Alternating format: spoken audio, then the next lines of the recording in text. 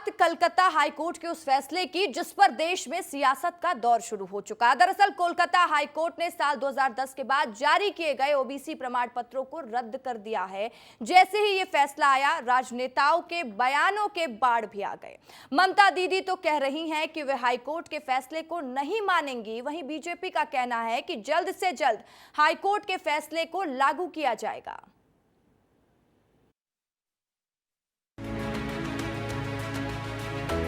आमी तादेर राय मानी ना, आमी मानबो ना। कलकत्ता उच्च न्यायालय का फैसला स्वागत योग्य है।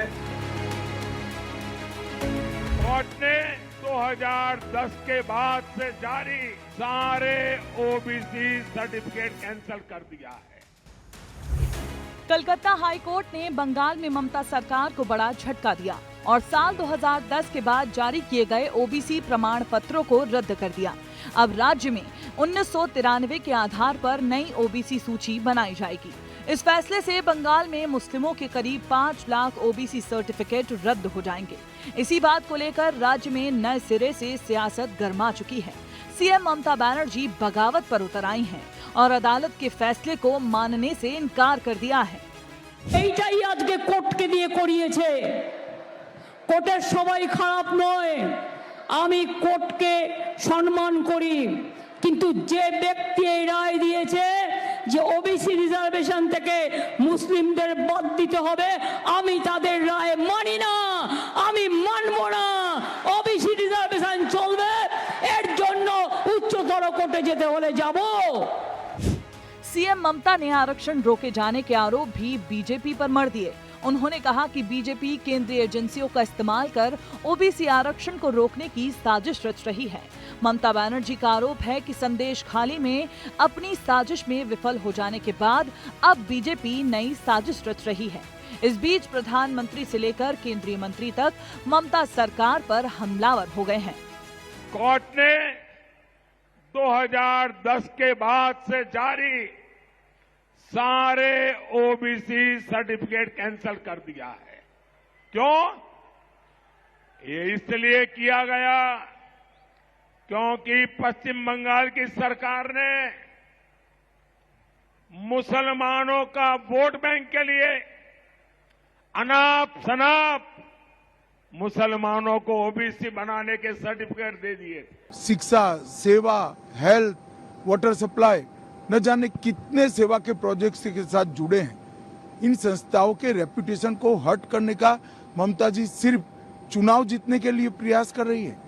ये दोनों ही जो फैसले आए हैं, ये बताता है कि किस तरीके से ममता सरकार गैर संवैधानिक तरीके से, अनकॉन्स्टिट्यूशनल तरीके से तुष्टीकरण की नीति को आगे बढ़ा रही थी। इतना ही नहीं, कई प्रदेशों में कलकत्ता हाईकोर्ट के फैसले का स्वागत किया जा रहा है।